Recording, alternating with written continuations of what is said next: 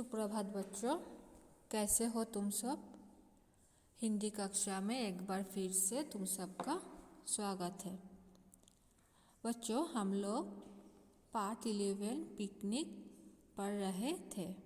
तो हमने हमारी पहले कक्षाओं में क्या पढ़ा था कि अध्यापिका जी बच्चों को एक पार्क में पिकनिक मनाने के लिए लेकर जाती है, जहाँ पर बच्चों को एक पेड़ में एक फटा कोट टंगा हुआ मिला।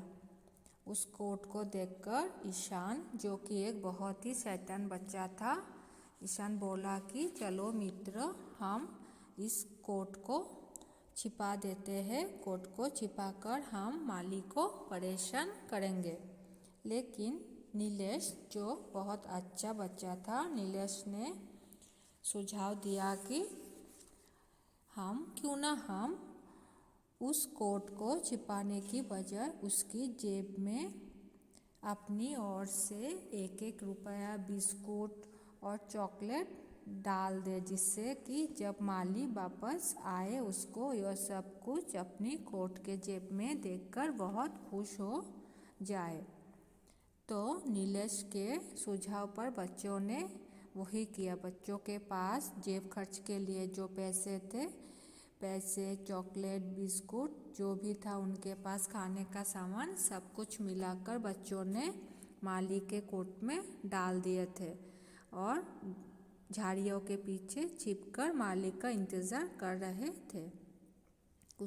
कुछ समय बाद माली अपने काम से वापस आ रहा था।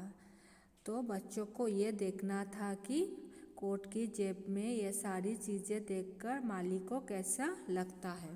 तो अब हम कहानी को आगे पढ़ेंगे।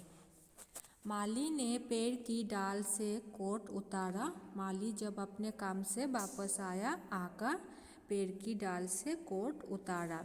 जैसे ही पहनने लगा वो रुका, मानो कुछ सोच रहा हो। माली पेड़ की डाल से कोट उतारकर पहनने लगा, लेकिन जैसे ही वो कोट पहनने लगा तो थोड़ा रुक गया। क्यों रुक गया? क्योंकि उनको लगा कि कोट में कुछ है, तो वो रुककर कुछ सोचने लगा। हमारे को जैसे तुम लोग शर्ट पहनते हो, पैंट पहनते हो, स्कूल की यूनिफॉर्म पहनते हो, अगर उसके जेबों में कुछ भरा रहता है पहनते समय थोड़ा भारी भारी लगेगा ना। ऐसे ही माली को अपना कोट भी भारी लगा, तो वो कुछ रुककर कुछ सोचने लगा। फिर जेबें टटोलने लगा। टटोलना मतलब देखना। तो माली अपने कोट की जेब अच्छी तरह से देखने लगा। अपनी कोट की जेबें इस प्रकार भरी देखकर माली इधर इधर देखने लगा। यहाँ पर इधर इधर नहीं, इधर उधर होगा। तो अपनी कोट की जेब इतने भरा देखकर माली इधर एक बार उधर इधर देखने लगा।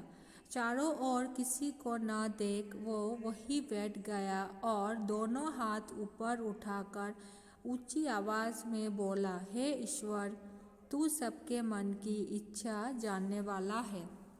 जब माली अपने कोट की जेब में पैसे, चॉकलेट, बिस्कुट ये सब देखा तो वो थोड़े देर के लिए चिंतित हो गए और इधर उधर देखने लगा कि किसी और का तो ये चीज़ें नहीं है, किसी ने भूलकर तो ये सारी चीज़ें उनके जेब में नहीं डाल दी है। लेकिन देर तक इधर उधर देखने के बाद जब कोई भी उधर दिखाई नहीं दिया तो माली क्या किया, माली ने ज़मीन पर बैठ गया। बैठकर अपने हाथ ऊपर उठा लिए। जैसे हम दुआ मांगने के लिए या प्रार्थना करने के लिए हाथ ऊपर करते हैं, ऐसे ही हाथ ऊपर करके वो भगवान का धन्यवाद करने लगा कि हे ईश्वर, हे भगवान, तू सबके मन की इच्छा जानने वाला है।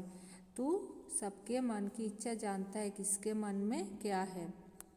मेरे बेटे ने चलते समय कहा था कि मैं आज उसके लिए टॉफ़ियाँ और चॉकलेट लाऊं, लेकिन मेरी जेब में फूटी कौड़ी भी नहीं थी। तूने तो आज छप्पर फाड़कर दे दिया। तो माली ने भगवान का धन्यवाद क्यों किया और ऐसा क्यों कहा कि तू सबके मन का जानने वाला है? क्योंकि उसी दिन माली जब काम पर आ रहा था तो उसके बेटे ने उससे कहा था कि आज जब आप काम से लौटते समय मेरे लिए चॉकलेट और टॉफ़ियाँ लेते आना। तुम लोग भी अपने पापा को और मम्मी को बोलते हो ना जब वो लोग बाहर जाते हैं काम के लिए कि आज वापस आते समय चॉकलेट लाना, चिप्स लाना, केक लाना। तो ऐसे ही माली के बेटे ने भी अपने पापा से बोला था कि आज काम से लौटते समय चॉकलेट, टॉफ़ियाँ लेकर आना। लेकिन माली बहुत गरीब था, वो थोड़ा ही पैसा कमाता था, तो उसके पास उतनी पैसा भी नहीं था कि वो घर लौटते समय बच्चे के लिए चॉकलेट या टॉफ़ी लेकर जाए। तूने तो आज छप्पर फाड़ कर दे दिया। लेकिन क्या देखा, काम से वापस आते ही माली अपने कोट में देखा कि उनके कोट में ये सारी चीज़ें भरे हुए थे और साथ में कुछ रुपये भी थे। तो इसलिए माली ने ईश्वर का धन्यवाद किया और कहा, तूने तो आज छप्पर फाड़ कर दे दिया। माली के यह शब्द सुनकर पैरों के पीछे छिपे बच्चों के चेहरे खुशी से खिल गए। आज उन्होंने अनजाने में ही सही पर एक ज़रूरतमंद की मदद की थी। सबके मुख पर संतोष का भाव था। बच्चे जो झाड़ियों के पीछे छिपकर देखने चाहते थे कि माली को ये सब सारे चीज़ें देखकर कैसा लगता है। जब बच्चों ने देखा कि माली के चेहरे खुशी से खिल गए ये सारी चीज़ें देखकर, तब बच्चे भी बहुत खुश हो गए और बच्चों ने ये समझ लिया था कि आज अनजाने में ही सही। बच्चों को तो ये पता नहीं था कि माली को उस दिन चॉकलेट चिप्स की ज़रूरत है, लेकिन बच्चों ने अनजाने में ही कि नीलेश की अच्छे सुझाव से कि चलो हम उनके जेब में कुछ रख देते हैं। उनके नीलेश के सुझाव से बच्चों ने माली के जेब में यह सारी चीज़ें डाल दिए थे। तो अनजाने में ही बच्चों ने माली की बहुत मदद की थी और इसी कारण सारे बच्चों के मुख पर संतोष का भाव था, सब खुश थे।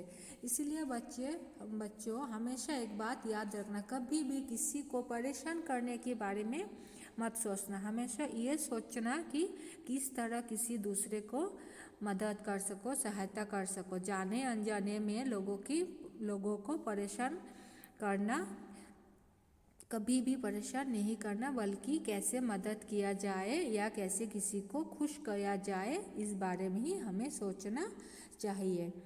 तो ये कहानी सुंदर श्याम भाटिया जी की कहानी से आधारित है। तो इस कहानी का लेखक कौन है? सुंदर श्याम भाटिया जी। तो बच्चों ये कहानी यहीं पर समाप्त होता है। तो तुम लोग इस कहानी को अच्छे से पढ़ना और क्लास वर्क और होमवर्क अच्छे से कर लेना। धन्यवाद।